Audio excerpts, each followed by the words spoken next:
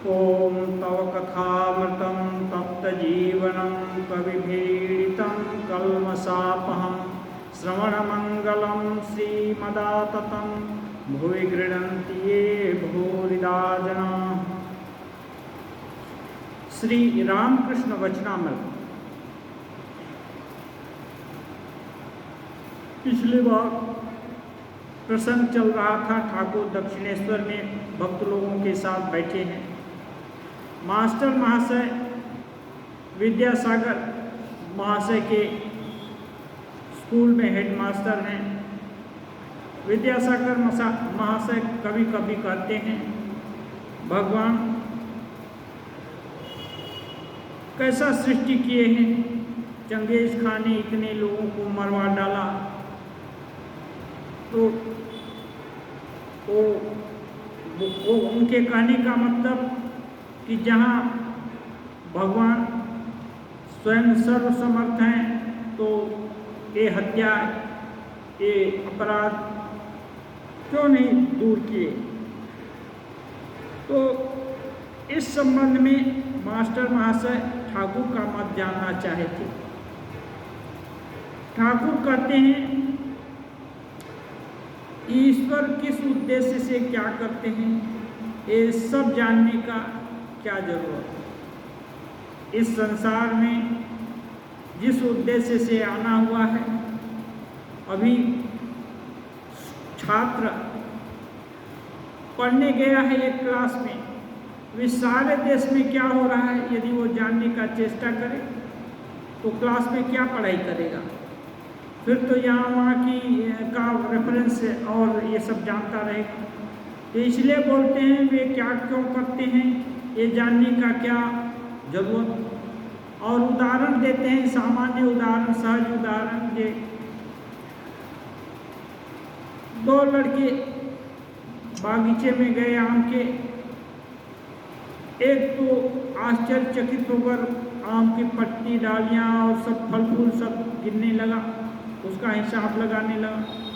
दूसरा सोचा बहुत दूर से आए हैं, कुछ तो पके पके फल हैं, कुछ तो मिल जाए। तो धीरे से मालिक को सर्च करने लगा। माली मिल गया। माली से बातचीत करके दो चार फल ठीक से खा लिए। और ये इधर दूसरा साथी वो हिसाब लगाता रहा। कहने का मतलब जो मुख्य उद्देश्य है उसकी तरफ ध्यान होना ज़्यादा जरूरी है, तभी तो ये होगा।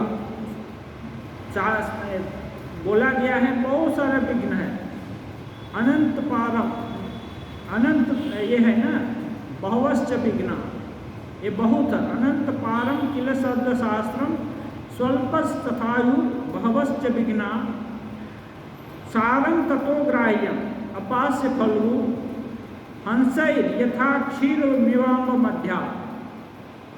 जैसे हंस दूध और पानी मिला हुआ है उसमें से क्षीर ग्रहण कर लेता है, पानी छोड़ देता है, वैसे सारं ततो ग्राह्यम, क्योंकि समय कम है, 100 साल अधिक से अधिक आयु है, और सीखना है बहुत कुछ, जानना है बहुत कुछ, पाना है बहुत कुछ। तो सार तत्व के तरफ यदि नजर रहे तो जल्दी जल्दी काम बन जाता है। कि ये बोल रहे हैं, इसलिए भगवान से भक्ति मांगने के बदले उनका क्या क्या, किस उद्देश्य से क्या क्या करते हैं, सब कुछ जान लेने का क्या जरूरत है। श्री रामकृष्ण मास्टर आदि भक्तों के प्रति देखो, दया माया ये दो पृथक चीजें हैं। दया और माया ये दो पृथक चीजें हैं। माया का अर्थ है आत्मियों के प्रति ममता। आत्मीय कौन है? जो कुछ लेते हैं और कुछ देते भी हैं। लेन देन का चक्र चलता है हर समय, दिन रात, वो लोग तो आत्मीय हो जाते हैं। जैसे बाप माँ, भाई बहन, स्त्री पुरुष, इन पर प्रेम, जिनसे लेन देन हर समय चलता रहता है बिना कुछ ये के धैर्य बदले में दिए, व्यापार नहीं, ऐसे ही लेन देन चलता है। कोई स्नेह देता है, कोई शक्ति देता है, कोई कुछ करता है। तो इनके प्रति आश्रित दोष हो जाता है, एक दूसरे का भरोसा पाना चाहता है और भरोसेमंद हो जाता है। अब टूटी खूंटी को यदि हम पकड़ लें, नीचे से सड़ गई है, तो खूंटी के बल पर हम कितना देर खड़े रह सकते हैं? थोड़ा सा इधर उधर बैलेंस बिगड़ा कि खूंटी भी गिरेगी, हम भी गिरेंगे। इसलिए ये सब जो कुछ भी ये ममता जिसमें है, ठाकुर बोल रहे हैं बाप माँ भाई बहन स्त्री पुत्र, ये सब कुछ दिन के लिए है, ये परमानेंट नहीं है। थोड़ा समय मिला है तो कुछ दिन के लिए इनका संग है, तो जब कुछ दिन के लिए है तो इनका ही पूरा भरोसा क्यों किया जाए? बोल रहे हैं दया का अर्थ सर्वभूतों में प्रेम समदृष्टि। सर्वभूतों में प्रेम तभी हो सकता है जबकि उसके रहस्य को जाना जाए। हम भला क्यों दूसरे को प्रेम करने जाएंगे? तो स्वामी जी बोलते हैं आत्मा है, सबके अंदर वही आत्मा है। यदि ये ज्ञान हो तो हम किसी का उपकार कर रहे हैं तो हमारा ही उपकार कर रहे हैं, उसका उपकार नहीं। हम किसी के अच्छा के लिए सोच रहे हैं तो हम अपने लिए ही सोच रहे हैं। ऐसी भावना जब ये भाव विस्तृत होता है, असहज हो जाता है, तब प्रेम होता है ये जो सब जीवों के प्रति, और समदृष्टि होती है। कोई अपराधी है तो उसको ऐसा नहीं कि उसको एकदम उसका माने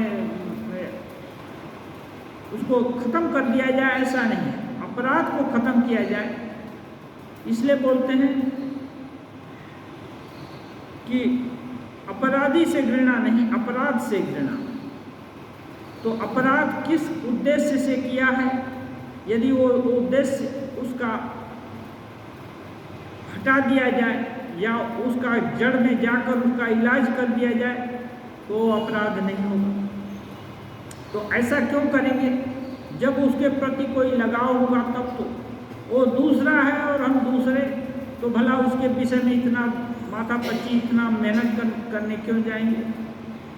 तो ये जिसका कैलकुलेशन है वो उनके प्रति कोई सहानुभूति नहीं दिखाता है। लेकिन जिनका दिल खुल गया है, सबके प्रति ये मान्यता दृढ़ हो गई है कि सर्वभूतों में वही एक ही आत्मा है, तो वे सभी भूतों से धीरे धीरे प्रेम करने लगेंगे। धीरे धीरे करके ये भावना पुष्ट होती है और जब दृढ़ हो गई, पक्की हो गई, तब तो फिर ठाकुर बोलते हैं वो मुक्त ही हो जाएगा।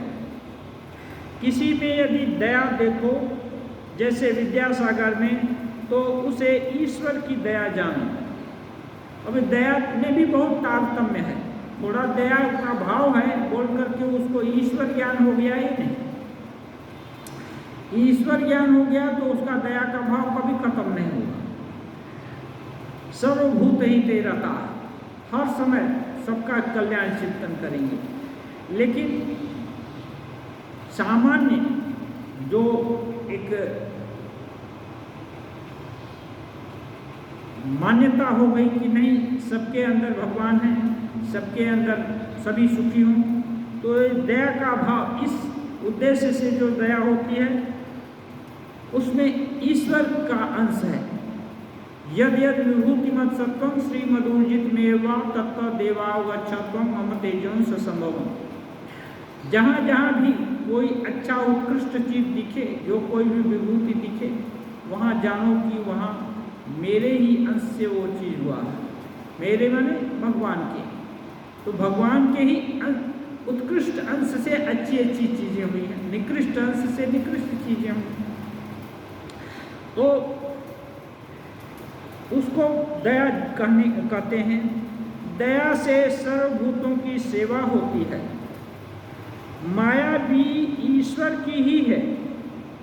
माया द्वारा वे आत्मियों की सेवा करा लेते हैं। माया का प्रभाव लेकिन ज्यादा है, वो प्रबल है। अपने पुत्र को कोई ऐसे छोड़ नहीं सकता है, चाहे कितना भी वो गलती कर दे या कुछ कर दे, ये माया के कारण है। दूसरे के पुत्र को दंड देने के लिए उद्यत हो जाएगा, अपने पुत्र को नहीं।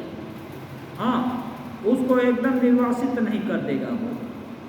तो ये है, इसलिए दया माया के द्वारा वे आत्मीय स्वजन का सेवा करा लेते हैं, कुछ नहीं से कुछ ही अच्छा। पर इसमें एक बात है, माया अज्ञानी बनाकर रखती है, माया अज्ञानी बना देती है, बद्ध बनाती है, बांध देती है, माने उनकी दृष्टि संकुचित हो जाती है।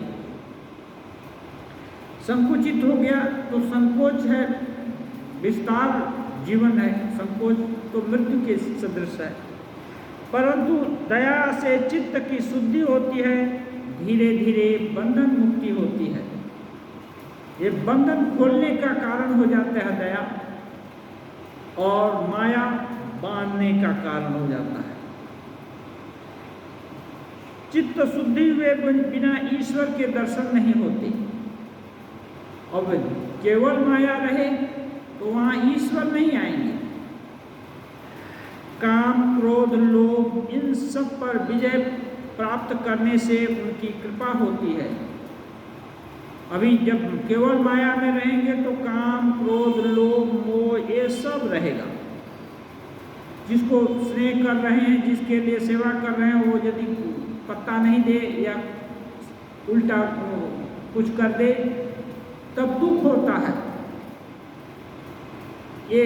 और कभी कभी गुस्सा भी होगा, क्रोध भी होगा, लोभ भी होगा कि दो लोगों की मैत्री अच्छी है, अब हमारा उसमें स्थान ही नहीं है।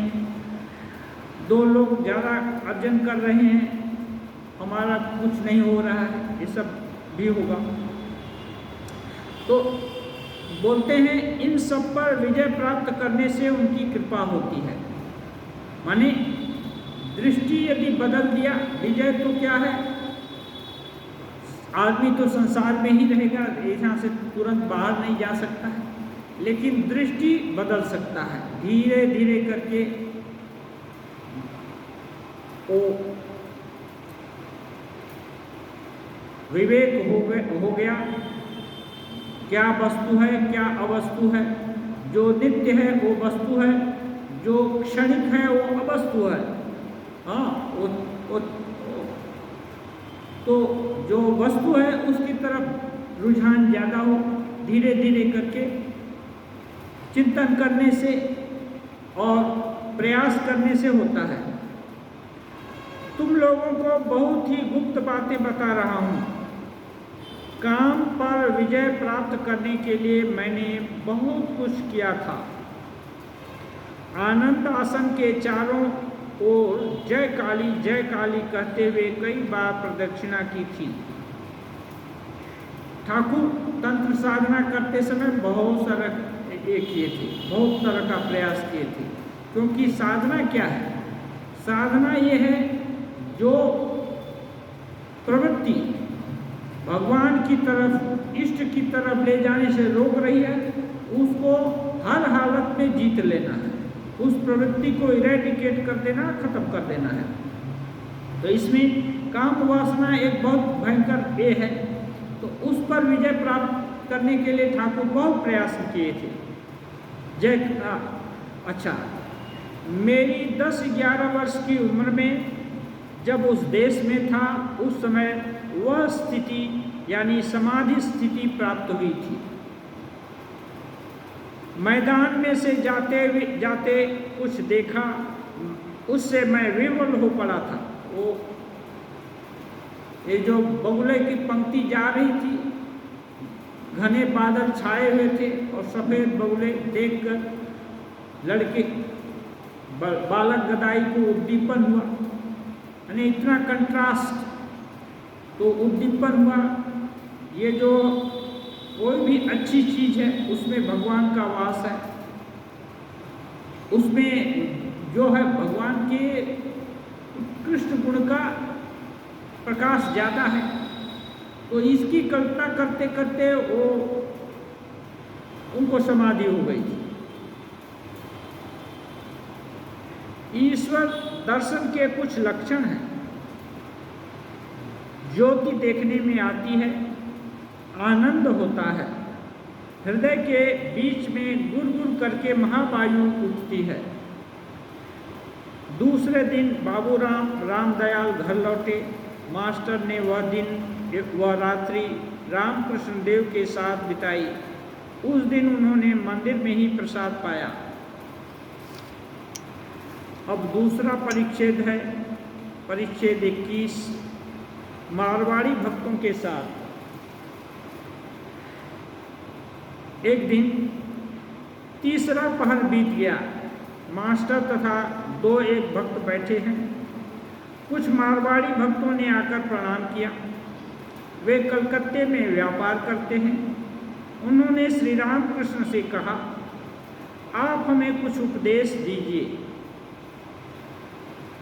कहते हैं आप हमें कुछ उपदेश कीजिए।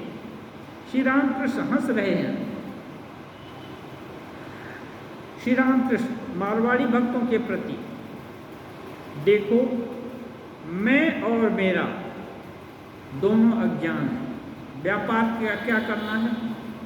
ये मेरा धन है और ये मैं हूँ, यही तो व्यापार है। और मेरा धन बढ़ रहा है, दूसरे का धन कम होगा तभी तो मेरा बढ़ेगा। तो ये है। तो ठाकुर वही बोल रहे हैं, हंस रहे थे कि अभी उपदेश चाहेंगे लेकिन उसके हिसाब से करेंगे तब तो बोल रहे हैं मैं और मेरा ये दोनों अज्ञान है। हे ईश्वर, तुम करता हो और यह सब तुम्हारा है। वही बिजनेसमैन, वही धनाढ्य व्यक्ति, वही सुप्रतिष्ठित व्यक्ति यदि सोचे ये सब भगवान का है, बस मोड़ फिर जाता है। फिर तो हमारा अभिमान कहाँ रह गया? भगवान का है, हम सेवा कर रहे हैं। हाँ, अपना जान करके कर रहे हैं तो फ्री सेवा कर रहे हैं, व्यापार नहीं कर रहे हैं। अब व्यापार जान करके कर रहे हैं, क्लाइंट जान कर रहे हैं, तो उसके अंदर भी भगवान है। उसको ज़्यादा ये क्या है, उसमें मुनाफा नहीं कमाएंगे, हिसाब से मुनाफा कमाएंगे तो दोनों उसकी भी चलेगी, अपनी भी चलेगी। यही तो संस्कृत समाज का लक्षण है कि जो नहीं जानता उससे दूना तीना चौगुना ले लो। तो ये तो ठगना हुआ।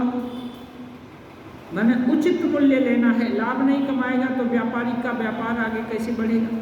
बैठ कर क्या कर रहा है, क्यों मेहनत कर रहा है? लाभ भी लेना होगा। लेकिन ये सब के पीछे यदि अच्छा सिद्धांत, अच्छी भावना है तब तो वो ऐसा करेगा। और नहीं, वो सोचता है मेरा है तो जैसे भी कैसे करके मेरा हो जाए ज़्यादा। कहते हैं हे ईश्वर, तुम करता हो और यह सब तुम्हारा है, इसका नाम ज्ञान है। और मेरा क्यों कर कहोगे? मारवाड़ी लोग को बोल रहे हैं।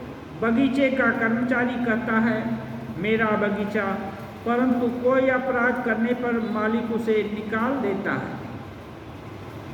उस समय ऐसा साहस नहीं होता कि वह आम की लकड़ी का बना एक संदूक भी बगीचे से बाहर ले जाए। लकड़ी का एक छोटा सा डिब्बा बना है, उसको भी वो नहीं ले जा सकता जब निकाल दिया गया बागीचे से। ऐसे ही जब हरिओम रामकृष्ण हो जाता है, राम नाम सत्य है, तो कौन क्या ले जाता है? उसके साथ कुछ नहीं जाता, सब कुछ यहीं धरा का धरा रह जाता है। उसके आगे इसके लिए कितना मारपीट कर रहा था, अभी एक भी कुछ नहीं जाता। तो यही तो है मालिक का निकाल देना, नौकरी से निकाल दिया, बस खत्म, जितना भी कमाया सब गुड़ गोबर हो गया।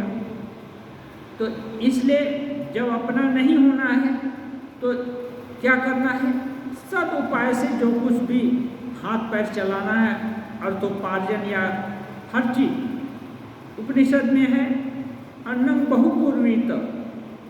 ऐसा नहीं है कि अन्न को तब जब अपना रहना ही है नहीं है तो इसको एक करेंगे, नहीं कुछ करेंगे, ऐसा नहीं। अन्नम बहुपूर्वीत माने खाद्य सामग्री, ये जो धन है कमाना चाहिए, ज़्यादा करना चाहिए। क्यों?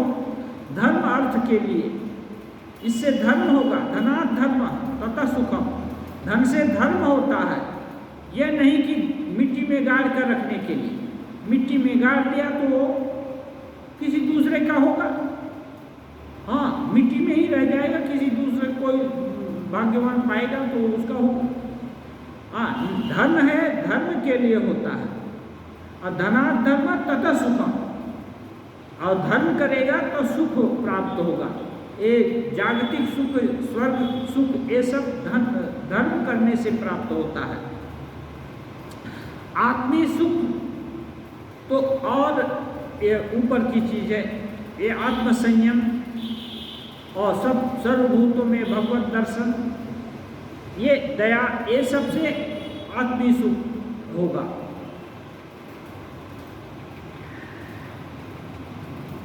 बगीचे का कर्मचारी कहता है मेरा बगीचा, परंतु कोई अपराध करने पर मालिक उसे निकाल देता है। उस समय ऐसा साहस नहीं होता कि वह आम की लकड़ी का बना अपना सिंदूक भी बाहर ले जाए। काम क्रोध आदि जाने के नहीं है, ये साधना के अंतराय है। ठाकुर क्या करते हैं? जगत गुरु हैं, भगवान स्वयं मानव देह धारण करके आए। तो जो कुछ भी कमी है, लोगों की कमी को दूर करने के लिए आए हैं। कमी की दूर होगी तब तो उनको चैतन्य होगा। तो बोलते हैं काम क्रोध आदि नहीं जाते हैं, ये जाने वाले नहीं हैं।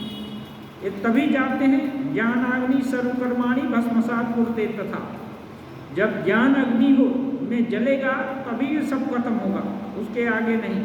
और वो अग्नि इतनी साधारण नहीं है, उतनी आसान नहीं है कि वो कोई जला दे। तब क्या करना होगा? वो जब जलेगी तब जलेगी, अभी क्या करना है? इसलिए ईश्वर की ओर उनका मुंह घुमा दो। जब काम क्रोध नहीं जाएंगे तो उनका मोड़ फिरा दो, ये ईश्वर का है। कहते हैं कामना लोभ करना हो तो ईश्वर पाने के लिए कामना और लोभ करो, ईश्वर मिले, उसको उसकी भक्ति ज़्यादा हो रही, हमारी भी भक्ति हो जाए, हम भी आगे बढ़ें। ये लोभ विचार करके उन्हें भगा दो। जो दूसरे भाव हैं उल्टे, धन के प्रति, जन के प्रति लोभ, उसको विचार करके भगाना पड़ेगा। नहीं, ये ठीक नहीं है। लोभ ही करना है तो बड़ा चीज पाने के लिए करेंगे। बड़ा चीज क्या? भगवान को छोड़कर और बड़ी चीज कौन चीज है? तो लोभ होगा तो दिल में लोभ उनके ही लिए होगा, और ऊपर से जो कर्तव्य बोध के कारण कर्म है वो तो करना ही पड़ेगा। हाथी जब दूसरों के केले के पेड़ खाने जाता है, हाथी जब जा रहा है, पिलवान लेकर जा रहा है और हाथी सूंड बढ़ाता है, केला देखकर एक कांदी तोड़ लें या एक पेड़ पाड़ लें, तो महावत उसे अंकुश मारता है, वो खोंचा देता है, तो हाथी को समझ में आ जाता है कि नहीं करना चाहिए, इसलिए अंकुश मार रहा है, पीड़ा दे रहा है, तो फिर हाथी उस काम को नहीं करता है। ऐसे ही विचार अंकुश है। जब लोभ विषय के लिए होने लगता है तो विचार का अंकुश लगाना होगा, विवेक वैराग्य विचार का। तो ये अंकुश लगाया तो जो मन रूपी हाथी है ये धीरे से सावधान होगा कि नहीं, एक भूल हो रही है। ठाकुर कहते हैं तुम लोग तो व्यापार करते हो, जानते हो कि धीरे धीरे उन्नति करनी होती है। व्यापारी लोगों को मालूम है। कोई पहले अंडी पीसने की घानी खोलता है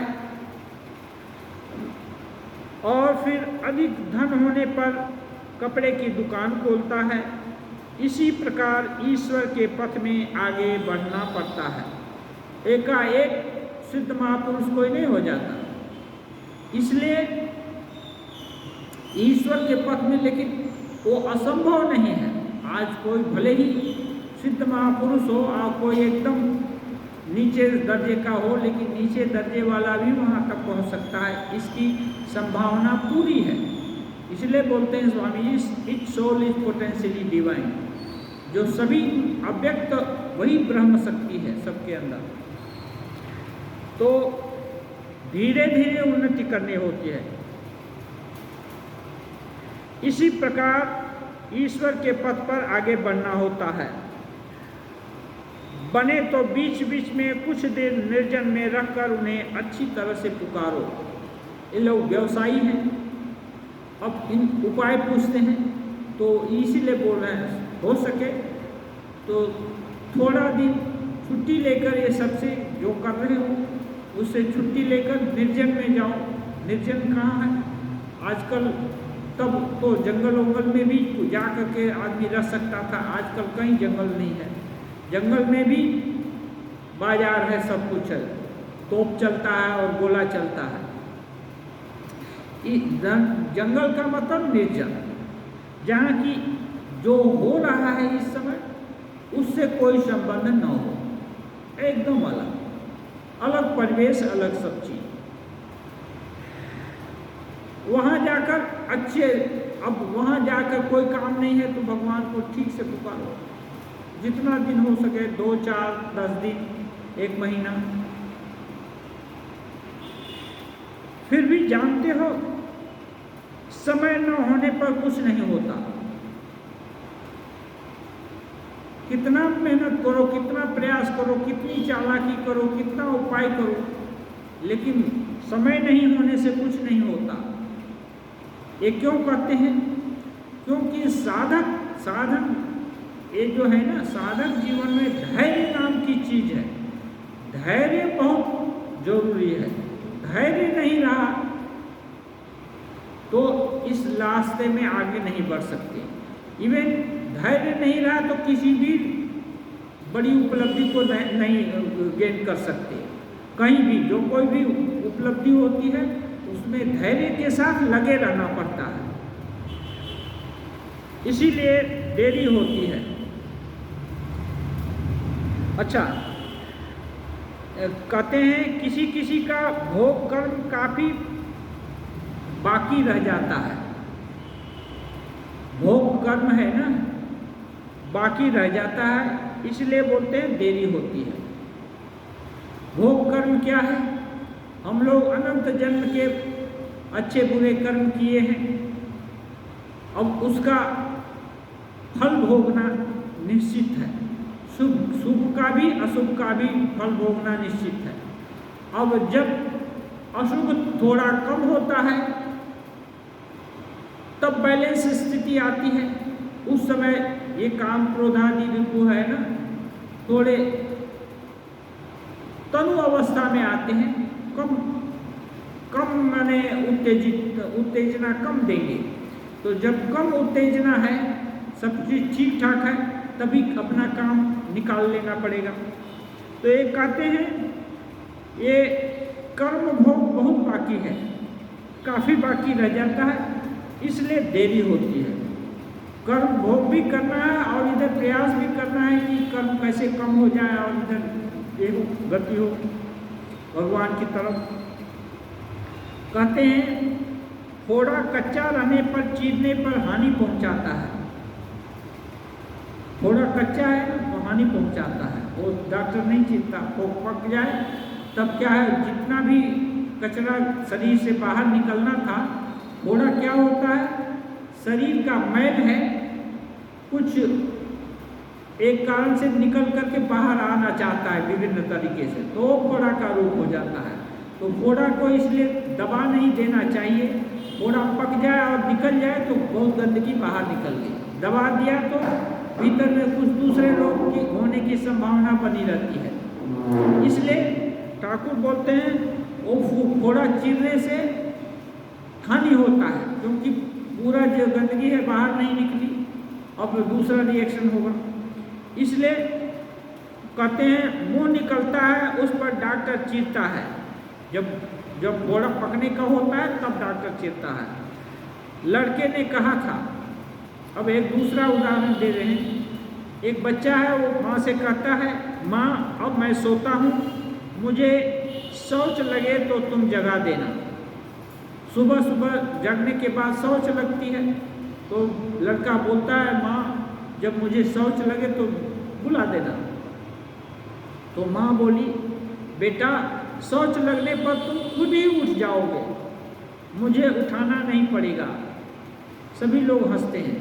कहने का मतलब जब एक फोड़ा ठीक हो जाएगा, माने पक जाएगा, तब डॉक्टर चीरेगा। इसका मतलब जब कर्म ज़्यादा भोग है ना, कर्म भोग समाप्त हो जाएगा, तब बताना नहीं पड़ेगा कि कर्म, तब इस तरफ भगवान की तरफ प्रवृत्ति अपने आप होगी, तब ज़्यादा प्रयास नहीं करने पर भी होगी। लेकिन जहाँ कर्म भोग प्रबल है वहाँ पर भी प्रयास करें तो हो सकता है, क्योंकि ये तो शक्ति का खेला है। शक्ति ज़्यादा लगेगी तो ये होगा, जिसमें डिटर्मिनेशन ज़्यादा है, संकल्प की शक्ति है, वो वहाँ भी लड़ाई करके अपने जो है कर्म भोगों के कारण जो भी काम क्रोध आदि हैं उनको दबा करके बस में रख सकता है। लेकिन कर्म भोग तो भोगने ही पड़ेंगे।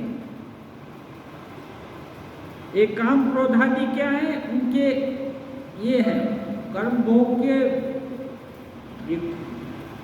जो परिणाम है, ये परिणाम पर चेक किया जा सकता है, लेकिन भोगना तो पड़ेगा ही।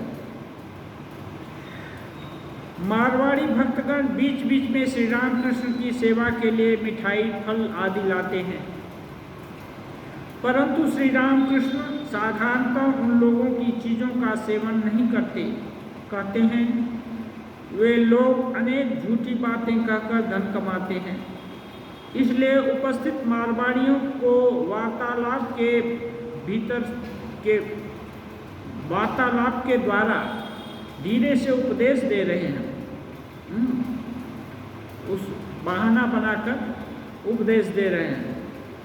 कह रहे हैं श्री रामकृष्ण कह रहे हैं, देखो व्यापार करने में सत्य की टेक नहीं रहती।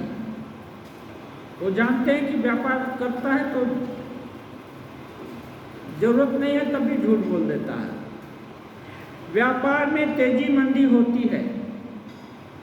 नानक की कहानी में है, गुरु नानक एक कहानी करते थे। उन्होंने कहा, असाधु की चीज़ें खाने गया तो मैंने देखा कि वे सब खून से लथपथ हो गई हैं। मैंने असाधु लोग के पास खाने गया तो उनको दिखा कि इसमें खून मिला हुआ है। गुरु नानक सिद्ध महापुरुष थे। अब ऐसे लोगों को केवल सामने की चीज़ ही दिखाई नहीं चल पड़ती, उसके आगे पीछे का भी सब दिख जाता है कि वृत्तांत। तो ठाकुर उनका उदाहरण दे रहे हैं, खुद का नहीं बोल रहे कि अपने को भी दिखाई देता है। ठाकुर उनका उदाहरण दे रहे हैं। अपने का बोलेंगे तो तुरंत अभिमान होगा, अभिमान साबित होगा और इन लोग को जो जिनको बोल रहे हैं उनको ठेस भी लग सकता है, उनका दिल दुखेगा। इसलिए ठाकुर किसी का दिल नहीं दुखाना चाहते, जितना हो सके किसी को दिल नहीं दुखाते। साधु को शुद्ध चीज़ें देनी चाहिए, इसलिए बोलते हैं कि साधु को शुद्ध चीज़ देनी चाहिए। जालसाजी से किया हुआ जो अर्थ उपार्जन है या प्रॉफिट कमाया हुआ उसको नहीं देना चाहिए। मिथ्या उपाय से प्राप्त की हुई चीज़ें नहीं देनी चाहिए। सत्य पथ द्वारा ईश्वर को प्राप्त किया जा सकता है। ये बोल रहे हैं मिथ्या उपाय से प्राप्त की हुई चीजें साधु को नहीं देनी चाहिए। क्यों? साधु के दिल में भगवान रहते हैं। भगवान के लिए जो कुछ भी अर्पित करेंगे उसका मल्टीप्लाई होकर फिर मिलता है। जितना ही देंगे सही के लिए उतना ही वो और मिलेगा। तो जब खराब चीज देंगे तो खराब ही रिटर्न मिलेगा। इसलिए मंदिर में आकर असत संकल्प करेगा तो असत उसको उल्टा एक उसको जो है ना उसका कंसिक्वेंस उसको ज़्यादा भोगना पड़ेगा। असत संकल्प किया तो वो मल्टीप्लाई होगा। इसलिए ठाकुर बोलते हैं साधु को ये अच्छी चीज देनी चाहिए। क्यों? सत्पथ द्वारा ईश्वर को प्राप्त किया जा सकता है। और साधु को अच्छी चीज दिया तब उसका पुण्य फल ज़्यादा होगा, और ज़्यादा होगा तो उसकी तीव्र अग्रगति ज़्यादा होगी, भगवान की तरफ उसका रुझान ज़्यादा होगा। सदा उनका नाम लेना चाहिए। काम के समय मन को उनके हवाले कर देना चाहिए। जब काम करते हैं मन है संकल्प विकल्पात्मक है, बहुत सारा काम करना पड़ता है और मन लेकिन बहुत तेज भी है। ये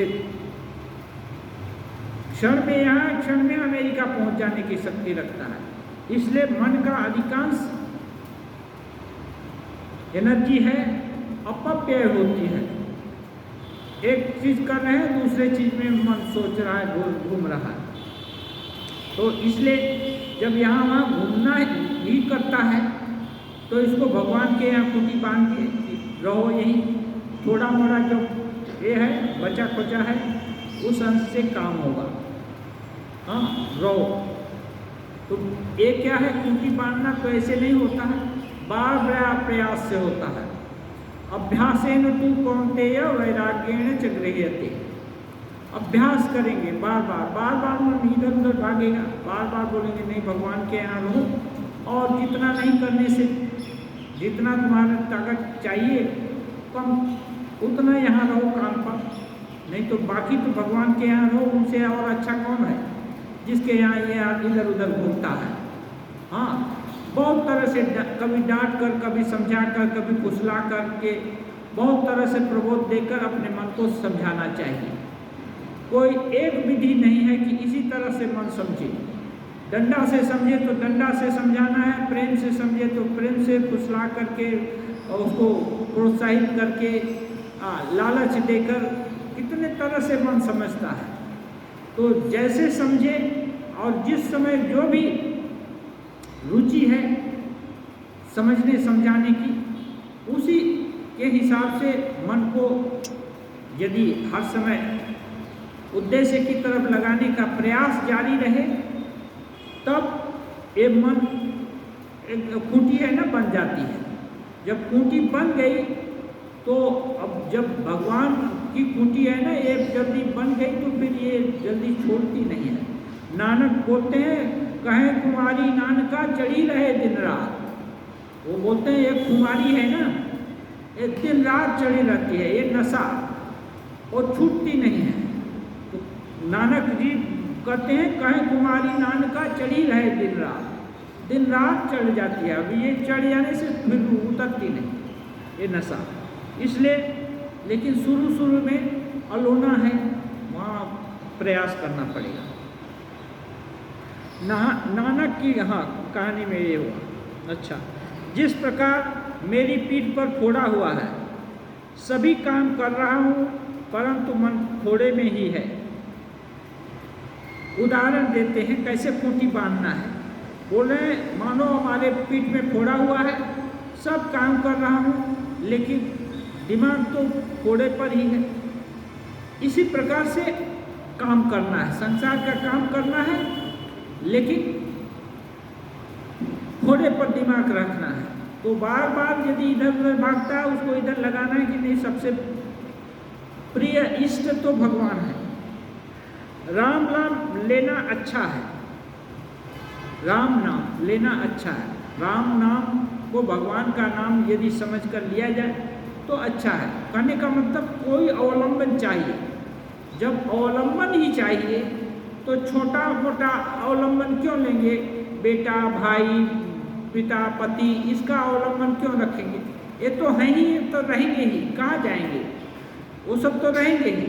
लेकिन असली अवलंबन को जब बुद्धि हो गई, दिमाग को खुल गया, तो असली अवलंबन को पकड़ने का चेष्टा क्यों नहीं करेंगे? किसी को बोलने का जरूरत नहीं है कि तुम्हारे को ये नहीं है, लेकिन दिल में तो यही मानना है कि ये लोग अपने कोई नहीं है। सबसे ये करना है, सबसे जो उचित व्यवहार करना है सभी को करना है।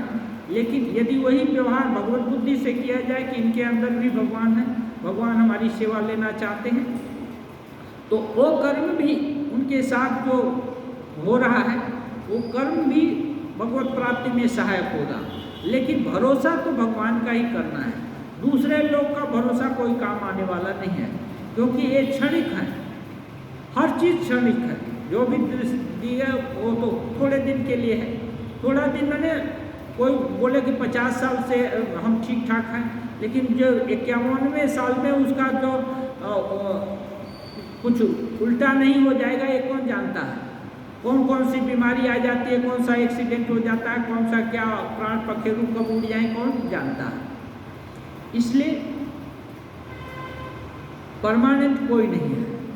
लेकिन जो शाश्वत हैं, वेद बोल रहे हैं, उपनिषद बोल रहे हैं, महापुरुष लोग बोल रहे हैं, स्वयं इस युग के अवतार रामकृष्ण देव बोल रहे हैं। तो यदि इन पर थोड़ा विश्वास हो गया, थोड़ा इनकी बात सुन लिए, तो एक्सपेरिमेंट जो निरापद है, इसके लिए किसी को कुछ देने का जरूरत नहीं है। इसके लिए भगवान हैं और वही हमारे भरोसा रहेंगे। इसके लिए कहीं कुछ रिश्वत देने का, कुछ सिफारिश करने का कोई ज़रूरत नहीं है। ये तो अपने हैं, केवल मान लेने से ही वो अपने हो जाएंगे। तो फिर यदि ऐसा कोई अवलंबन है तो वो एक्सपेरिमेंट क्यों न किया जाए? कितना तो हम लोग ट्रायल एरर करते ही हैं। तो कह रहे हैं सभी काम कर रहा हूँ पर मन थोड़े में है। राम नाम लेना अच्छा है, जो एक अवलंबन, श्रेष्ठ अवलंबन। जो राम दशरथ का बेटा, उन्होंने जगत की सृष्टि की है, वे ही सर्वभूतों में हैं और वे अत्यंत निकट हैं, वे ही भीतर और बाहर हैं। ऐसा समझकर दशरथ का बेटा केवल नहीं, वो दशरथ का बेटा भी है और जगत की सृष्टि भी किए हैं और सर्वभूतों में विराजमान हैं। सर्वभूतों में हम भी हैं, हम सर्वभूत से बाहर थोड़े हैं। इसलिए जिसके प्रति भी जान से कर रहे हैं तो उसको भाई बेटा न जानकर राम को स्नेह कर रहे हैं, ये जानने से तो हो गया, तब तो मोड़ फिर गया। तो इसके लिए कुछ किसी को देने का जरूरत नहीं है, केवल विचार बदल देने से ही होता है। और ये विचार जल्दी से बदलाता नहीं। तो माया का इतना भयंकर आवरण है, मोहमयी माया, तो धीरे धीरे प्रयास करने से होता है। वे भीतर और बाहर हैं। और वो कबीरदास जी का ये भी कह रहे हैं, वही राम दशरथ का बेटा, वही राम घट घट में लेता, वही राम जगत पसेरा, वही राम सबसे न्यारा। हाँ, तो जो सबसे न्यारा राम है वो यदि अपने को मिल सकता है तो उसमें क्यों दिल लगाना है? उसी राम को पकड़ेंगे जिस राम के मिलने से सारा जीवन सुखमय हो जाएगा, जन्म जन्म की आस पूरी हो जाएगी, कोई अप्राप्य नहीं रह जाएगा। और वो अवलंबन यही नहीं, यदि मुक्त नहीं हुए तब भी जन्म जन्मांतर में अपने साथ रहेगा। तो इतना बड़ा अवलंबन क्यों नहीं पकड़े? और इसके लिए इसके उसके पास जाने की जरूरत नहीं, किसी को दक्षिणा देने की जरूरत नहीं, किसी को रिश्वत देने की जरूरत नहीं, किसी को से व्यापार करने की जरूरत नहीं, केवल मान लेने से ही होता है।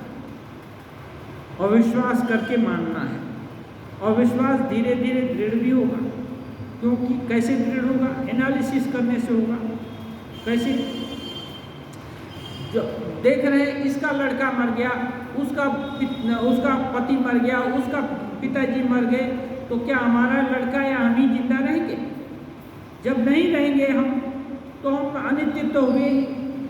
हाँ, तो नित्य यदि कोई चीज़ है, कहीं से सुना है या ये किया है, वो कोई चीज़ है, विश्वास इतना नहीं है, तो भी ठाकुर उपाय बताए हैं।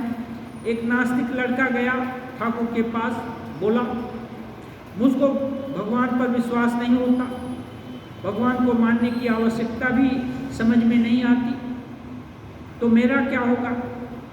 तो ठाकुर उसको हतोत्साहित नहीं किए, किसी का भाव ठाकुर किसी के भाव की हानि नहीं करते। क्योंकि जो छात्र है, स्टूडेंट है, उसको खराब बोलने से तो उसकी उन्नति थोड़ा होगी। उसकी समझ को धीरे धीरे परिमार्जित करने से तो टीचर का ये फर्ज पूरा करना हुआ। ये इसको कुछ समझ में नहीं आता, क्लास से निकाल दो, स्कूल से निकाल दो, तो ये टीचर का क्या महत्व है? ऐसा टीचर फांकी देने का लक्षण है। तो जो कोई भी है उसको यदि शिक्षा दे सके, जैसे कैसे उसकी समझ को ऊंचा उठा सके, वो तो टीचर है। तो ठाकुर उस लड़के को बोलते हैं, देखो यदि मान लो भगवान नहीं है, तो तुम चिंता करने से भी कि यदि भगवान हैं वो मिलेंगे नहीं। जो चीज़ है ही नहीं तो कभी नहीं मिलने वाली है, नहीं मिलेगी। लेकिन मान लो यदि भगवान है और तुम उनको नहीं चाहते, तो कैसे मिलेगी? जो चीज़ तुम चाहते ही नहीं वो है, तो वो चीज़ तो तुमको मिलेगी नहीं। तो तुम इस चीज़ से वंचित रह जाओगे। यदि भगवान है और तुम यदि सोचो भगवान नहीं है, तो भगवान यदि कुछ है तो वो भगवान नाम की चीज़ से तुम वंचित हो जाओगे। तो एक काम कर सकते हो, इसमें कोई झंझट नहीं है। कहीं एकांत में बैठकर आँख बंद करके दिल खोल करके ये कह सकते हो कि हे भगवान, यदि तुम हो, किसी की बात सुनते हो तो मेरी भी बात सुनो। इसमें तो कोई ये नहीं है तुमको आस्तिक होने का, नास्तिक होने का, या संशयी होने का, या झूठ बोलने का, तो कोई इसमें एक दिक्कत नहीं है। ये तो तुम बोल सकते हो कि हे भगवान, यदि हो तो मेरी बात सुनो, सबकी बात सुनते हो। तो उस लड़के को बहुत पसंद आया। वो बोला हाँ, इसमें कोई दिक्कत नहीं है, क्योंकि वो जिज्ञासु था, उसको जानने की इच्छा थी। उसको वैसा ही गुरु मिल गया, वैसा ही उपदेश दिया, उसके मन लाया। ये नहीं बोला कि सारा लोग हमको भगवान का कोई अवतार बोलता है, कोई श्रेष्ठ महापुरुष बोलता है, हम जो बोलते हैं क्यों नहीं सुनते, हमको मानो। ऐसा कभी ठाकुर नहीं बोले किसी को भी। ऐसे लोग को जिसका जो भाव है उसको वैसे ही शिक्षा देते हैं। और वो लड़का गया यही भाव से, उस अच्छा जिज्ञासु लड़का था, वो प्रैक्टिस किया और कुछ महीने के बाद आकर ठाकुर को बताता है कि उसको बहुत कुछ लाभ मिला है। तो ये है, भगवान तो सबके हैं। हाँ, वो माँ जानती है कि अब आ रही बेटा है, चाहे जैसे भी करके पुकार रहा है, मुझको ही तो पुकार रहा है। तो वहाँ देर भले हो, अंधेर नहीं है, इसलिए माँ सबका ध्यान रखेगी, ये करेगी। लेकिन जो नहीं चाहेगा, खेल रहा है, कूद रहा है, उसके पास माँ क्यों जाएगी? वो आराम से, माँ को दूसरा भी काम है, वो दूसरा काम करती रहेगी। वो खेल रहा है तो खेले। तो यही है, जो चाहेगा वो पाएगा। हाँ, और बहुत सारा उपाय है, जो उपाय अवलंबन करने से मिले। तो इनको मन को मोड़ दिया भगवान की तरफ। जो कुछ भी है मन लोभी होता है, ठीक है, भगवान सबसे सुंदर, सबसे समृद्ध, सबसे अच्छे, सब दिन रहने वाले, सब कुछ परफेक्ट है, उनको नहीं चाह करके दूसरे को क्यों चाहना है? तो ऐसी चाहत रोज भी करना है तो हाँ, हमको नहीं, सबको दर्शन दिया हमको नहीं देंगे, हाँ हम तुम्हारे हैं, हम कहाँ जाएंगे? लेकिन मानने से तब तो बच्चा जब मानता है कि माँ है, ये देगी, ये करेगी, ये करेगा, तो यदि माँ बात नहीं सुनती है तो सिर माथा पर पटकने लगता है, कभी दीवार पर पटकने लगता है, तो माँ को डर लगता है कहीं सिर फोड़ देगा, फिर इसको चिकित्सा कराने जानी होगी और एक बखेड़ा हो जाएगा। अच्छा इसकी बात सुन लो। तो माँ को अपना मानने से, जानने से तो माँ भी तो ये करती है। अभी वो बच्चा जाकर दूर में कहीं एक कोस दूर जाकर के सिर फोड़े तो माँ को कैसे पता चलेगा? तब तो माँ तो कुछ जाने की नहीं, उसको कुछ नहीं होगा। इसलिए भगवान एक कोस दूर होने का मतलब क्या? भगवान को नहीं मानते, झूठ में मुंह का गले में छुरी लगाने जा रहे हैं। कितने लोग कितने अपने गले में छुरी लगा दे रहा है, सुसाइड कर लेता है, उसको क्या भगवान मिलते हैं? वो तो आत्महत्या तो महापाप बोला जाता है, लेकिन नहीं, वहीं रामकृष्ण ठाकुर यही काम करने जा रहे हैं तो माँ बड़ा भय हस्त से उनको दर्शन देती हैं, सब कुछ होता है। कितने साधकों के जीवन में ऐसा आया है कि वो साधना करते करते करते करते जब जीवन से निराश हो गए तो अंत समय में भगवान का दर्शन हुआ, जब कि उनको शरीर छोड़ देने में भी शरीर में मोह नहीं रह गया, भगवान को छोड़कर वो कुछ नहीं चाहते, तो उस समय भगवान ये कहते हैं।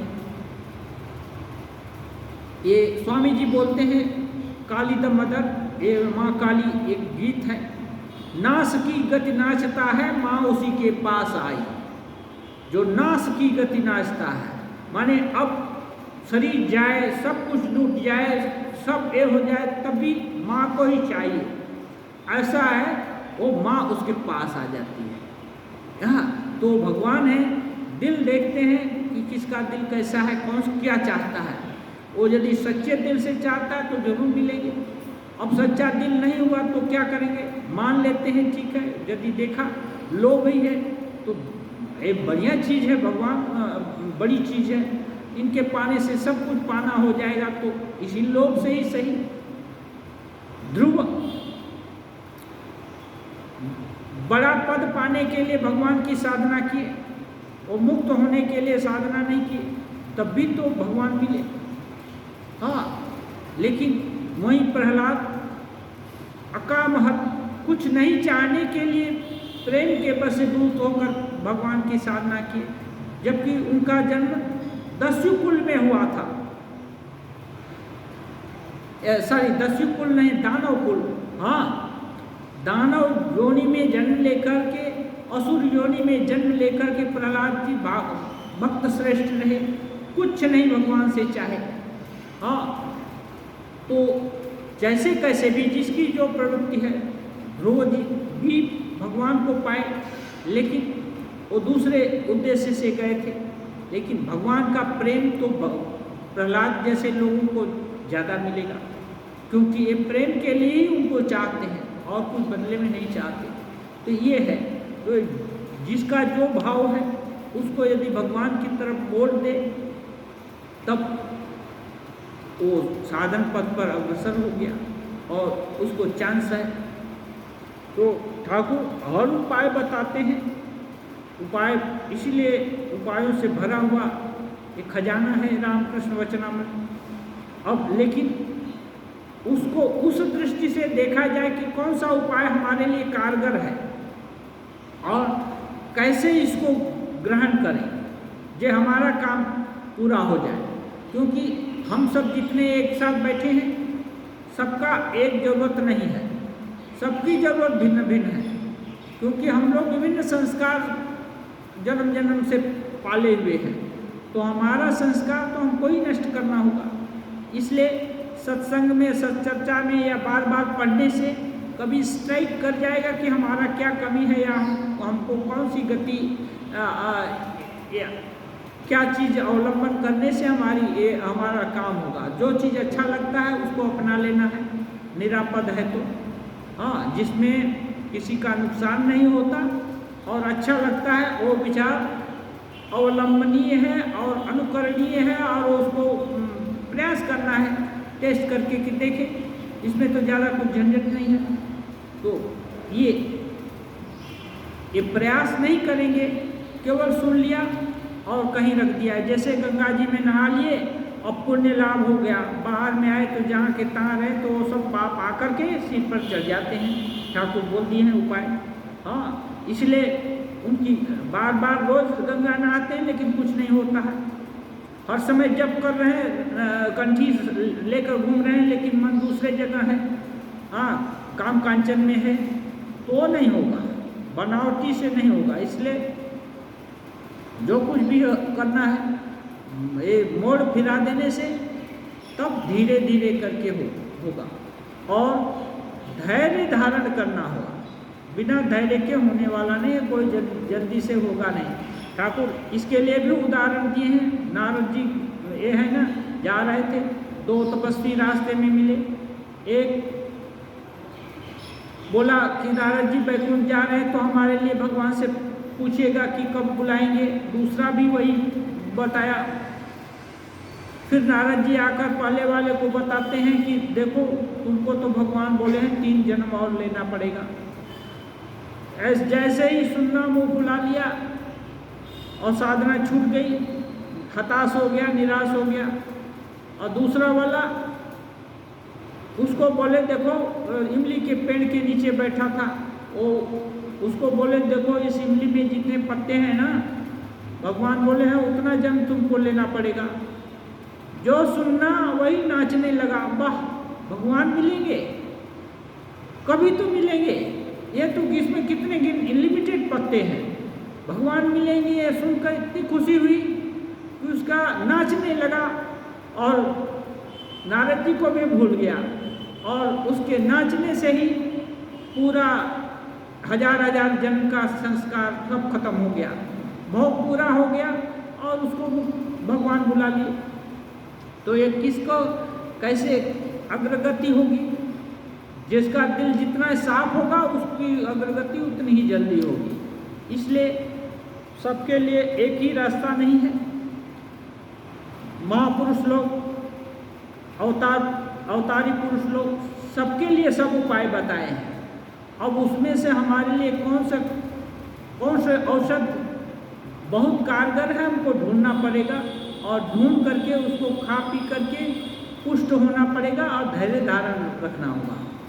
ओम निरंजनम नित्यम अनंत रूपम भक्तानुकंपाधृत विग्रहम वै ईशावतारं परमेशमीड्यं तं राम कृष्णं शेषा नमामि।